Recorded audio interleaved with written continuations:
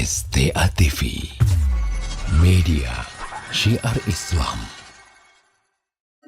Mengkaji kembali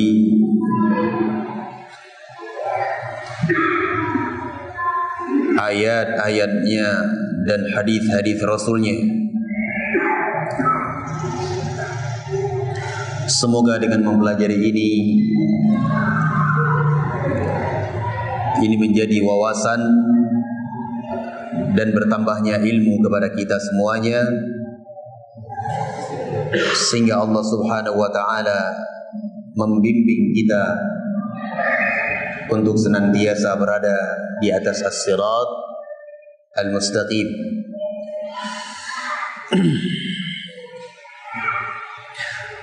Jemaah yang saya muliakan, pada pertemuan yang lalu kita telah bahas tentang salah satu kebiasaan orang-orang al-jahiliyah, yaitu menentang dan mencaci maki penguasa mereka. Dan telah kita sebutkan dalil-dalil yang sangat banyak di dalam bab tersebut. Semua ini semoga kita mohon kepada Allah Subhanahu wa ta'ala agar Allah Azza wa Jal membimbing kita untuk senantiasa benar-benar berada di atas ilmu di dalam menyikapi penguasa yang zalim, penguasa yang mengambil hak rakyatnya, penguasa yang mereka tidak peduli dengan keadaan masyarakatnya. Jemaah yang dimuliakan Allah, malam hari ini kita akan masuk ke dalam poin yang keempat di dalam kitab Masail Al-Jahiliyah, kebiasaan-kebiasaan orang-orang al-jahiliyah. Wa qala Syekh rahimahullahu ta'ala al-mas'alatu ar-rabi'ah, masalah yang keempat. Inna dinahum mabniyun ala usulin a'zamuha at-taqlid, فهو القاعدة الكبرى لجميع الكفار أولهم وآخرهم، كما قال سبحانه وتعالى وكذلك ما أرسلنا من قبلك في قرية من نذير إلا قال مترفوها إنا وجدنا آباءنا على أمة وإنا على آثارهم مقتدون. Beliau rahimahullahu ta'ala mengatakan masalah yang keempat adalah sesungguhnya agama orang-orang al-jahiliyah itu dibangun di atas sebuah pondasi. Kalau kita berbicara pondasi, jamaah yang dimuliakan Allah, ini menunjukkan ada landasan dan asas, menunjukkan sebuah landasan dan asas yang mereka membangun sesuatu yang lainnya di atas landasan tersebut.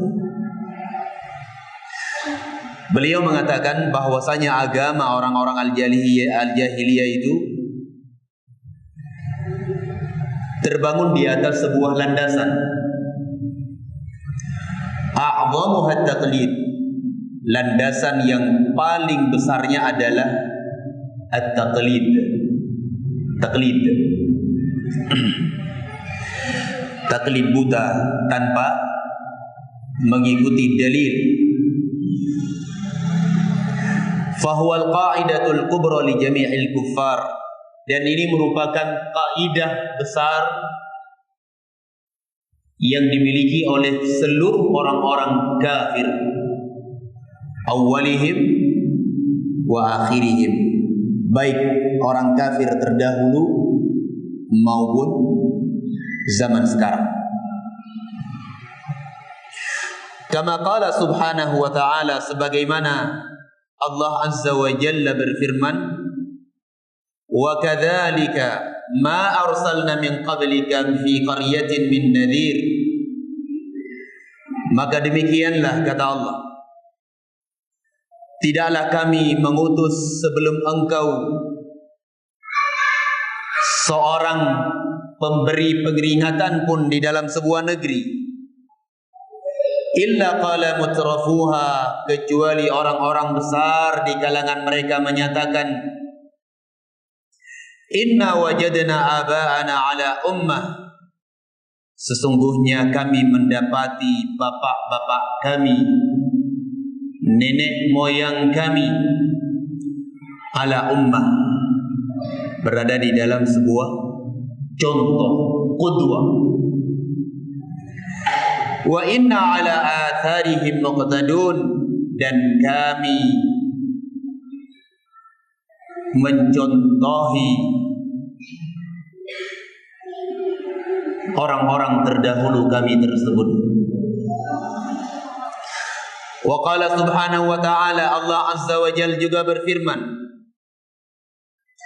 wa idza qila lahum ittabi'u ma anzalallah, apabila dikatakan kepada mereka, ikutilah oleh kalian apa yang Allah azza wa jalla turunkan, qalu, mereka menjawab, bal nattabi'u ma wajadna alaihi aba'ana, bahkan kami mengikuti apa yang kami dapati pada nenek moyang kami. Awalau kana syaitanu yad'uhum ila adzabis sa'ir, walaupun syaitan menyeru mereka tersebut kepada azab as-sa'ir, yaitu azab api neraka Allah subhanahu wa ta'ala. Allah azza wa jalla juga berfirman, ittabi'u ma unzila ilaikum min rabbikum wa la tattabi'u min dunihi awliya, ikutilah oleh kalian apa yang diturunkan oleh Allah azza wa jalla kepada kalian dari Rabb kalian, wa la tattabi'u min dunihi awliya, dan janganlah kalian mengikuti selain darinya, dari para wali. Qalilan ma tadhakkarun, sedikit di antara kalian yang mau berfikir. Jamaah yang dimuliakan Allah, apa yang kita sebutkan ini termasuk masalah yang besar di mana orang-orang al-jahiliyah berpegang teguh dengannya. Termasuk masalah yang besar, jamaah yang dimuliakan Allah, yaitu taqlidul a'ma, taklid buta, mengikuti tanpa ada bimbingan dalil, mengikuti tanpa ada bimbingan Al-Quran dan sunnah Nabi sallallahu alaihi wasallam. Sehingga dijelaskan oleh para ulama, innahum la yabnuna dinahum ala ma ja'at bihi ar-rusul alaihi wassalatu wassalam, bahwasanya orang-orang al-jahiliyah dahulu, mereka itu tidak membangun agama mereka tersebut di atas apa yang dibawa oleh Nabi sallallahu alaihi wasallam. Mereka enggak mengikuti dalil. Mereka tidak mengikuti para nabi mereka. Wa innama yabnauna dinahum ala usulin ahdathuha hum min indi anfusihim. Akan tetapi, jamaah yang dimuliakan Allah, mereka itu membangun agama mereka di atas sebuah landasan yang mereka buat sendiri. Yang mereka buat sendiri landasan tersebut, tanpa ada bimbingan Al-Quran dan Sunnah, tanpa ada bimbingan dari para nabi mereka. Dan asas mereka tersebut adalah at-taqlid, bi an yuqallida ba'dhum ba'dha. Masing-masing mereka tersebut saling mengikuti kelompok-kelompok yang ada pada mereka tersebut. Wa in kana al-muqallad la yasluhu lil qudwah, walaupun orang yang ditaklidkan tersebut, orang yang diikuti itu tidak pantas dijadikan sebagai qudwah, contoh ataupun teladan. Ini kebiasaan orang-orang jahiliyah, jemaah yang dimuliakan Allah. Kalau disampaikan kepada mereka dalil Al-Quran dan Sunnah, mereka itu berbalik untuk menyerang. Kalian itu enggak cinta kepada para ulama. Kalian itu tidak sopan terhadap para ulama. Kalian tidak menghargai para ulama. Ini kebiasaan orang-orang al-jahiliyah. Jadi jemaah yang dimuliakan Allah, Al-Syekh rahimahullahu ta'ala menyebutkan ini, apa yang beliau saksikan pada zaman beliau. Sekitar 300 tahun yang lalu di Hijaz, di kota Nabi, di Madinah dan di Makkah, terjadi hal-hal yang seperti ini, jemaah yang dimuliakan Allah. Sehingga beliau rahimahullahu ta'ala berupaya untuk mengembalikan kaum muslimin, mengembalikan manusia kepada pokok agama mereka, yaitu Al-Quran dan Sunnah, dan memberantas segala bentuk at-taqlid. Beliau mengembalikan manusia, memperbaiki keadaan manusia yang telah dirusak, yang mereka menjadikan taklid sebagai asas di dalam agama mereka tersebut. Allah Azza wa Jalla berfirman, "Wa kadzalika ma arsalna min qablika fi qaryatin min nadhir."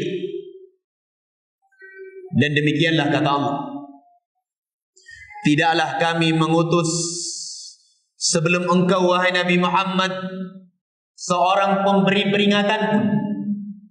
Ya, Allah telah mengutus sebelum Nabi Muhammad sallallahu alaihi wasallam para pemberi peringatan, para nabi, para rasul, utusan-utusan Allah Subhanahu wa ta'ala. Ketika mereka tersebut memberi peringatan kepada umatnya tentang bahaya kesyirikan, bahaya kemaksiatan, bahaya dari dosa besar,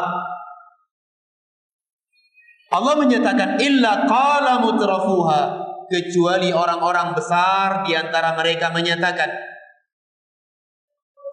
Yang dimaksud dengan mutrafuha di sini adalah ashabul mal wal jah fihim, orang-orang kaya dan orang-orang punya kedudukan di sisi mereka, orang-orang besar, orang-orang yang mereka tuakan, yang mereka jadikan sebagai panutan. Langsung mereka membantah dan menyanggah ucapan para nabi mereka itu, inna wajadna aba'ana ala ummah, ay ala millatin wadid, wa inna muttabi'una lahum ala dinihim, yani lasna bihajatin ilaikum ayyuhar rusul. Mereka menyatakan, sesungguhnya kami mendapati ayah-ayah kami, nenek moyang kami berada di atas sebuah agama. Padahal hakikatnya jamaah yang dimuliakan Allah bukanlah agama. hawa nafsu. Mereka buat sendiri amalan-amalan. Mereka membuat sendiri ibadah-ibadah di dalam Islam, di dalam agama mereka. Ketika ditegur, diingatkan, ketika diperintahkan untuk mengikuti para nabi dan rasul, justru mereka menjawab bahwa kami mendapati ayah-ayah kami itu berada di atas agama. Iya. Walaupun ayah-ayah mereka tersebut tidak mendapatkan petunjuk di atas petunjuk yang benar, mereka tetap mengikuti. Wa inna muttabi'una lahum ala dinihim, dan kami mengikuti ayah-ayah kami di atas agama mereka itu. Yani lasna bihajatin ilaikum ayyuhar rusul. Kami enggak butuh kepada kalian wahai para rasul. Enggak butuh kami kepada penjelasan kalian. Tidak perlu kami terhadap arahan-arahan kalian. Cukup orang tua kami, cukup orang-orang terdahulu dari nenek moyang kami sebagai contoh dan pemberi arahan kepada kami. Cukup. Enggak perlu kalian mengajarkan kami. Coba lihat jamaah yang dimuliakan Allah. Ya. Ini keadaan umat hari ini. Ketika diingatkan, ikutilah Al-Quran dan Sunnah. Ini dalil. Ini Al-Quran. Wah, ini adalah Sunnah. Ini pemahaman para salaful ummah. Ini tafsir para ulama terhadap masalah demikian. Justru mereka mengatakan, kami memiliki ajaran nenek moyang kami dan kami dari dulu sudah belajar dan kami tahu ini adalah agama kami. Selesai. Nah, ini jamaah yang dimuliakan Allah, ini merupakan sebuah upaya untuk menutupi muslimin ya dari kembali kewajiban untuk kembali kepada dalil Al-Quran dan Sunnah. Setiap kali kita masukkan ini Al-Quran dan Sunnah, mereka menutupi. Mereka menutupi hati-hati mereka dan menutupi telinga mereka dengan pemikiran dan keyakinan mereka bahwa cukup bagi kami apa yang diajarkan oleh nenek moyang kami. Ya, dari indatukan kamu kalagayan. Nah, ini jamaah ucapan orang-orang yang mereka bertaklid, bukan orang yang mengikuti dalil. Nah, padahal seharusnya ketika dihadapkan dengan dalil Al-Quran dan Sunnah, tidak ada ucapan dan sikap yang lebih baik yang wajib mereka pegang kecuali sami'na wa ata'na. Ini yang sebenarnya. Ya. Namun jamaah yang dimuliakan Allah, akar jahiliyah tersebut, kebiasaan jahiliyah itu yang sudah mengakar di dalam jiwa mereka itu. Nah, sehingga jamaah yang dimuliakan Allah, tanpa mereka sadari, mereka itu sudah mengikuti jejak orang-orang terdahulu dari kalangan al-Yahud wan Nasara dan dari kalangan ahlul kitabain, dari kalangan musyrikin. Sungguh benar apa yang disabdakan oleh Nabi sallallahu alaihi wasallam. Beliau bersabda, la tattabi'unna sunana man kana qablakum shibran bi shibrin, dhira'an bi dhira'in, hatta law dakhalu juhra dabbin la dakhaltumu. Nabi mengatakan, sungguh kalian itu akan mengikuti jejak langkah orang-orang sebelum kalian, sejengkal demi sejengkal, sehasta demi sehasta. Bahkan ketika orang-orang terdahulu tersebut masuk ke dalam lubang dhab sekalipun, kalian pun ikut masuk ke dalamnya. Para sahabat bertanya, al-Yahudu wan Nasara ya Rasulullah.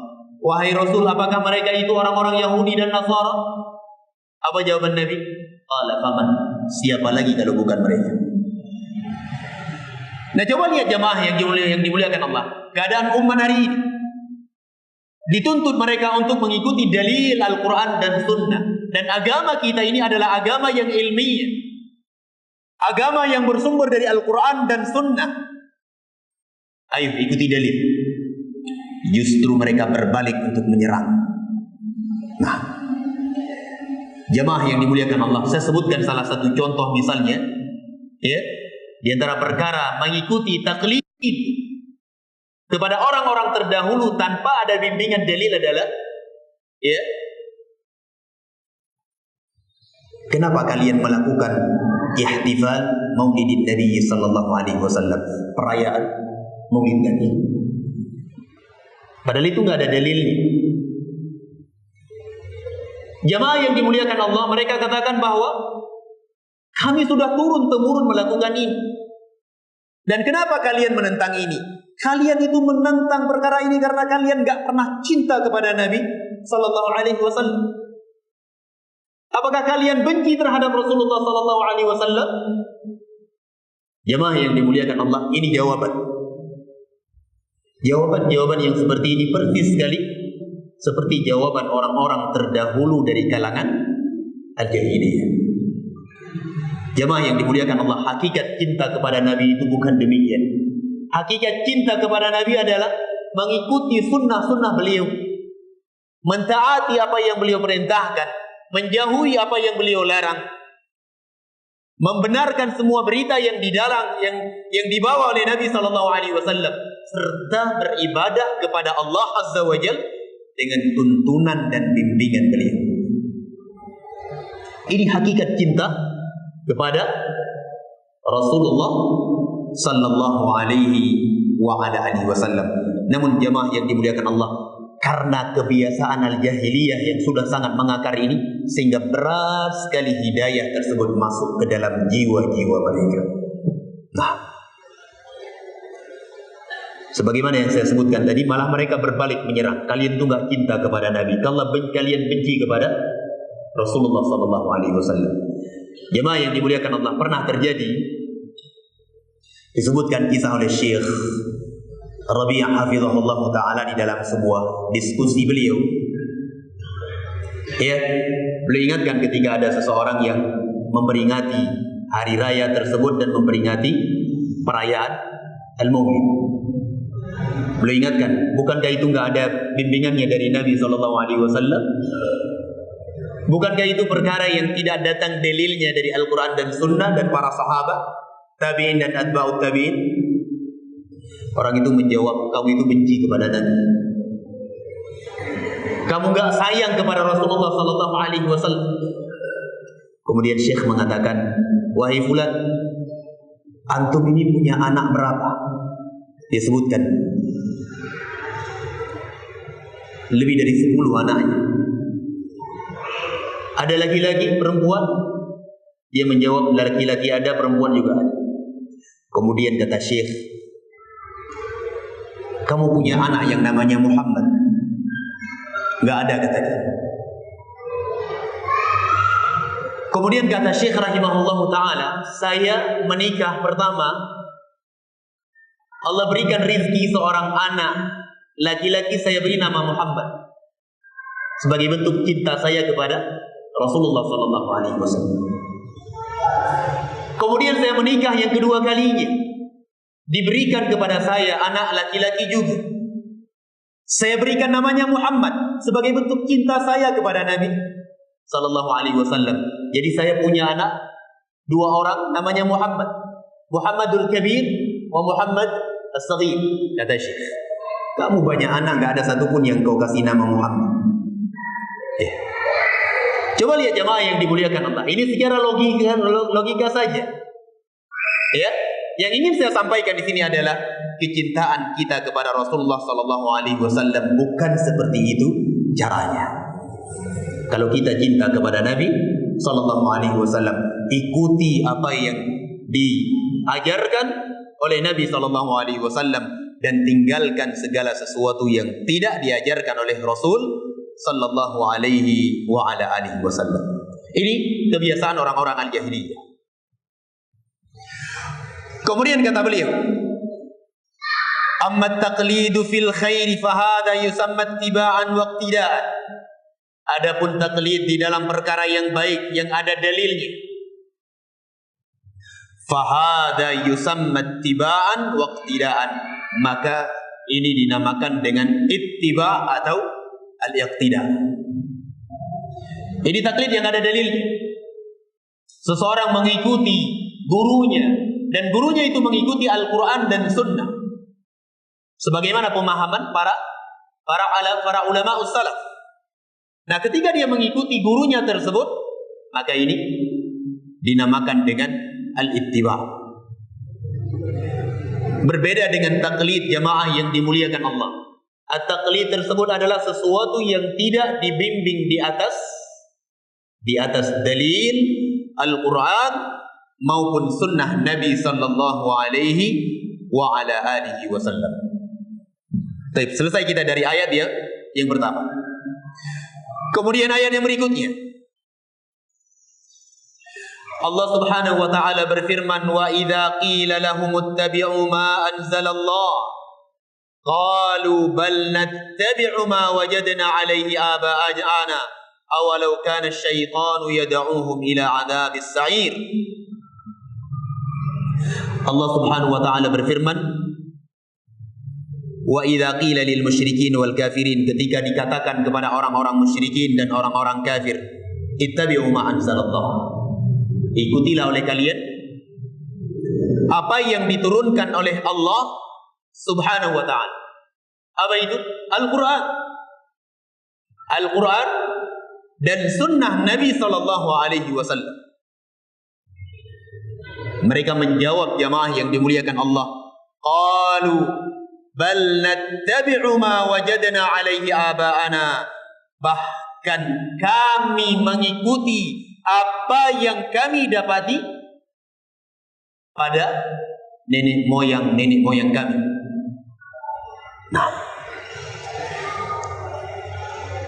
awalau kana asy-syaitanu yad'uuhum, walaupun syaitan, jamaah yang dimuliakan Allah, yad'uuhum ay haula al-aba, walaupun syaitan menyeru nenek moyang mereka itu, menyeru pembesar mereka tersebut, ila adzabis sa'ir, kepada azab api neraka Allah Subhanahu wa taala.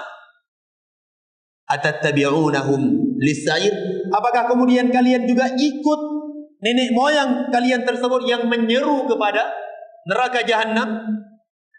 Yani taqtaduna bi abaikum wa in kanu min atba'i syaitan wa ma'aluhum ila as-sa'ir. Apakah kalian tetap mengikuti nenek moyang kalian tersebut, walaupun nenek moyang kalian itu mengikuti para syayatin dan tempat kembali mereka adalah neraka? Ini makna ayat, jamaah yang dimuliakan Allah. Sehingga para ulama mengatakan, al-aqil yajibu annahu yanzuru fi amrih wa fi ma yuqallid. Sehingga seorang yang berakal wajib atas ia untuk melihat, benar-benar melihat perkara tersebut, dan ia memperhatikan siapa yang ia jadikan sebagai panutannya ini. Ini seorang yang berakal. Seharusnya seorang muslim dia mengikuti dalil, mengikuti ulama'nya tersebut di atas dalil, bukan at-taqlidul a'ma. Karena taqlidul a'ma itu merupakan kebiasaan orang-orang al-jahiliyah. Coba lihat jamaah yang dimuliakan Allah, para ulama. Al-Imam Syafi'i rahimahullahu ta'ala, beliau menyebutkan dan beliau mendidik umat ini supaya mereka tidak bertaklid. Kata Imam Syafi'i rahimahullahu ta'ala, in sahhal hadith fahuwa madhhabi. Kalau hadisnya sahih, itulah madhab. Menunjukkan bahwasanya madhab dan pendapatnya Al-Imam Syafi'i adalah mengikuti dalil yang sahih, mengikuti Al-Quran dan sunnah Nabi sallallahu alaihi wa ala alihi wasallam. Ini Al-Imam Syafi'i. Beliau juga mengatakan, idza wajadtum ma fi qawli yukhalifu qawla Rasulillah sallallahu alaihi wasallam fadribu qawli ila al-ha'id wa khudh bi qawli an-nabi sallallahu alaihi wasallam. kalau kalian dapati ada pada pendapatku, kata beliau, sesuatu yang menyelisihi Nabi sallallahu alaihi wasallam, lemparkan pendapatku tersebut ke dinding, ambil ucapan Nabi sallallahu alaihi wasallam. Ini bimbingan jamaah yang dimuliakan Allah dari seorang alim ulama, Muhammad bin Idris Asy-Syafi'i rahimahullahu ta'ala. Demikian pula kata Imam Malik rahimahullahu ta'ala. Kata Imam Malik rahimahullahu ta'ala, "Fama lam yakun yawma idzin dinan, falaysa al-yawma dinan," kata beliau. Apapun kata Imam Malik, kalau di zaman Nabi sallallahu alaihi wasallam tidak dianggap sebagai agama, maka hari ini perkara tersebut juga tidak dianggap sebagai agama, kata beliau. Walaupun mayoritas manusia mereka berbuat, melakukannya, dan mereka melaksanakannya. Walaupun mereka mengatakan kami mengikuti nenek moyang kami, orang-orang terdahulu di zaman terdahulu, dari guru-guru kami. Jamaah yang dimuliakan Allah, perhatikan baik-baik, Al-Imam Malik dengan tegas mengatakan bahwa sesuatu yang di zaman Nabi itu tidak dianggap sebagai agama, maka hari ini juga tidak dianggap sebagai agama. Nah, Al-Imam Malik juga mengatakan, jamaah yang dimuliakan Allah, man ibtada'a fil islami bid'atan yaraha hasanatan, faqad za'ama anna Muhammadan sallallahu alaihi wasallam khana risalah. Barang siapa membuat sesuatu yang baru, melakukan sesuatu yang baru di dalam Islam, ia mengikuti guru-gurunya, ia mengikuti nenek moyang, padahal itu tidak ada di dalam Islam, jamaah yang dimuliakan Allah. Tsumma yaraha hasanah, kemudian ia memandang dan melihat menurut ia itu adalah baik. Yang penting kan baik. Coba lihat bimbingan Al-Imam Malik rahimahullahu ta'ala. Beliau mengatakan, faqad khana, faqad za'ama, sungguh orang ini telah menuduh Nabi sallallahu alaihi wasallam khana ar-risalah. Beliau mengkhianati risalah yang Allah subhanahu wa ta'ala turunkan kepada beliau. Seakan-akan di sana ada ilmu yang disembunyikan oleh Nabi. Seakan-akan di sana ada ayat yang tidak disampaikan semua oleh Rasulullah sallallahu alaihi wa ala alihi wasallam. Jemaah yang dimuliakan Allah, sebenarnya urusannya mudah sekali. Ketika hawa nafsu kita semuanya ini tunduk dengan dalil Al-Quran dan Sunnah, semuanya selesai. Karena Islam sudah mengajarkan semuanya. Islam sudah mengajarkan semuanya. Jangankan urusan yang besar yang berkaitan tentang akidah, berkaitan tentang manhaj, ibadah, urusan yang paling kecil sekalipun sudah dididik dan sudah diajarkan oleh Nabi Muhammad sallallahu alaihi wasallam. Kata Abu Dzar radhiyallahu taala an, beliau mengatakan, tidaklah seekor burung yang mengepakkan sayapnya di langit kecuali Nabi sudah ajarkan ilmunya. Ya. Datang orang-orang musyrik kepada para sahabat Nabi ridwanullah alaihim bertanya, apakah Nabi kalian mengajarkan kalian sampai di dalam urusan kalian membuang hajat kalian? Dijawab oleh para sahabat, iya. Nabi mengajarkan kami bahwa kami tidak boleh membuat hajat dalam keadaan kami menghadap ke arah kiblat ataupun membelakangi kiblat. Nabi kami melarang kami ketika membuang hajat ataupun beristinja kurang dari 3 bagi. Nabi kami melarang kami beristinja dengan kotoran dan tulang berulang. Ini urusan yang kecil, jamaah yang dimuliakan Allah, sudah diajarkan di dalam Islam. Apalagi hal-hal yang berkaitan tentang akidah, berkaitan tentang manhaj ibadah dan muamalah, tentunya semuanya itu sudah lengkap dan ada di dalam agama kita yang mulia ini. Jamaah yang dimuliakan Allah, tidak ada yang mendorong seseorang untuk mengikuti dan bertaklid dengan taklidul a'ma, taklid buta, kecuali hawa nafsu. hawa nafsu yang ada di dalam jiwanya tersebut, sehingga sulit untuk menerima kebenaran. Jemaah yang dimuliakan Allah, kalau kita berbicara taklid ini adalah merupakan masail al-jahiliyah, kira-kira di mana sisi kebaikan taklid tersebut? Ya. Dalam keadaan Nabi SAW diutus oleh Allah Azza wa Jalla untuk memberantas semua kebiasaan orang-orang al-jahiliyah. Ya. Jadi dari sisi mana taklid itu dikatakan baik? Nabi SAW diutus oleh Allah Subhanahu wa taala untuk membimbing umat ini supaya mereka mengikuti dalil, kembali kepada Al-Quran dan kembali kepada sunnah Nabi sallallahu alaihi wa ala alihi wasallam. Sehingga sekali lagi jemaah yang dimuliakan Allah, tidak ada yang mendorong mereka untuk senantiasa bertaklid kecuali hawa nafsu. Hawa nafsu yang telah mendominasi jiwa-jiwa mereka tersebut, sehingga berat sekali mereka untuk tunduk terhadap dalil Al-Quran dan sunnah Rasulullah sallallahu alaihi wa ala alihi wasallam. Wallahu a'lam bishawab. Masih tersisa beberapa menit dari waktu. Mungkin ada yang mau ditanyakan terkait pembahasan ini ataupun di luar pembahasan.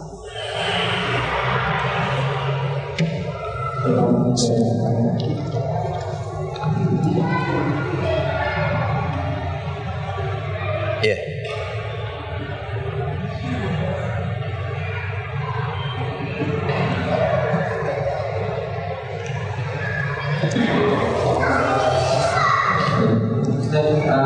Di dalam masyarakat ada kelompok orang yang mengaku keturunan Rasulullah. Apa? Keturunan Rasulullah. Iya. Mereka menamakan gambar-gambar tertentu. Tidak mungkin sebutnya gelar-gelar itu. Iya. Ya, dan mereka punya posisi yang tinggi dalam masyarakat.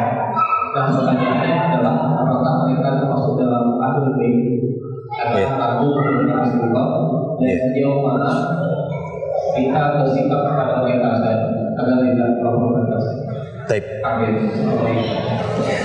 Baik, jemaah yang dimuliakan Allah, tentunya di antara akidah Ahlus Sunnah wal Jamaah adalah memuliakan Ahlul Baitin Nabi sallallahu alaihi wasallam, memuliakan keluarga Rasulullah sallallahu alaihi wasallam dengan berbagai gelar mungkin yang ada di negeri kita ini. Terserah mereka mau menamakan gelar apa. Yang jelas Nabi SAW tidak pernah menyebutkan gelar untuk keturunanku adalah demikian, demikian dan demikian. Tidak pernah. Nabi SAW tidak pernah menggelar keturunan beliau tersebut dengan gelar-gelar yang mereka gelari diri mereka sekarang. Jemaah yang dimuliakan Allah, telah kita sebutkan tadi bahwa akidah Ahlussunnah wal Jamaah itu adalah memuliakan keluarga Nabi ila yaumil qiyamah, sampai datangnya yaumul qiyamah. Namun jemaah yang dimuliakan Allah, bukan berarti ketika kita memuliakan Ahlul Bait menunjukkan bahwa kita harus mengkultuskan mereka tersebut. Tidak menunjukkan bahwasanya mereka itu suci dari dosa dan kesalahan. Tidak. Bukan menunjukkan mereka itu adalah suci dari kesalahan. Tidak, jemaah yang dimuliakan Allah. Nah, keadaan mereka itu sama seperti manusia yang lain. Mereka diberi keutamaan oleh Allah Azza wa Jalla karena mereka sebagai keluarga Nabi sallallahu alaihi wasallam, dan kita harus muliakan mereka. Namun bukan berarti kita harus menjadikan mereka itu sebagai panutan yang harus kita ikuti walaupun tidak sesuai dengan dalil. Jamaah yang dimuliakan Allah, coba lihat anak Nabi sallallahu alaihi wasallam, Fatimah radhiyallahu anha. Kata Nabi sallallahu alaihi wasallam, "Ya Fatimah, salini ma syi'ti." Wahai Fatimah, silahkan engkau minta kepadaku sesuatu yang itu berkaitan dengan dunia. Tapi ingat, kata Nabi SAW, aku nggak bisa membelamu nanti di hadapan Allah Subhanahu Wa Taala kalau engkau tidak punya amal, nggak bisa. Nah, Coba lihat, Nabi SAW mengatakan, "Man batta'a aw bati'a bihi 'amalu, lam yusri' bihi nasabu." Barang siapa yang amalannya itu lemah, amalannya sedikit, amalannya itu lembek, jamaah yang dimuliakan Allah, nasab dan silsilah keturunannya itu tidak akan bisa menolong dia. Jamaah yang dimuliakan Allah, yang bisa menolong seseorang adalah ketauhidannya kepada Allah Azza wa Jalla, ittiba'nya kepada Nabi sallallahu alaihi wasallam. Sehingga jamaah yang dimuliakan Allah, kita memuliakan mereka karena Nabi telah memuliakan mereka, dan kita mengikuti mereka kalau seandainya mereka itu berada di atas dalil Al-Quran dan sunnah Nabi sallallahu alaihi wasallam. Adapun selain ketika mereka tidak mengikuti dalil Al-Quran dan sunnah, maka kita tidak mengikuti mereka walaupun mereka adalah ahlu baitin Nabi sallallahu alaihi wasallam. Coba lihat Al-Imam Syafi'i. Al-Imam Syafi'i punya nasab Quraisy, ya, Hashimi, Quraisy. Sama nasab beliau dengan nasab Nabi sallallahu alaihi wasallam. Beliau enggak pernah mendidik umat ini untuk bertaklid kepada beliau. Justru yang beliau perintahkan adalah mengikuti dalil. Jadi kesimpulannya adalah kalau mereka mengikuti dalil, kita ikuti. Namun kalau tidak sesuai dengan dalil, maka kita tidak mengikutinya. Wallahu a'lam bishawab. Ini mungkin pembahasan kita hari ini. Semoga ada faedah dan manfaat. Mohon maaf atas segala kesalahan dan kekeliruan di dalam penyampaian. Wa akhiru da'wana alhamdulillahirabbil alamin. Assalamualaikum warahmatullahi wabarakatuh. STA TV, media syiar Islam.